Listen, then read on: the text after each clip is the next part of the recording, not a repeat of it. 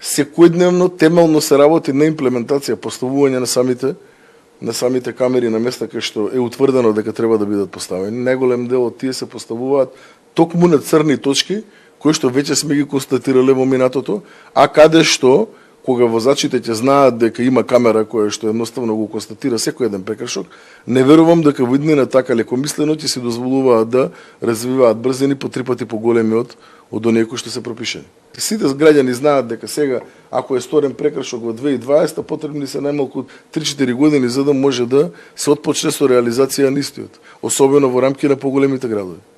Сега, замислете систем кој што, ако денес сторите прекршок, утре добиете СМС порака и бидете известени дека од текот на вчерашниот ден на булевар тој и тој, наместо да возите 50, вие сте возеле 70.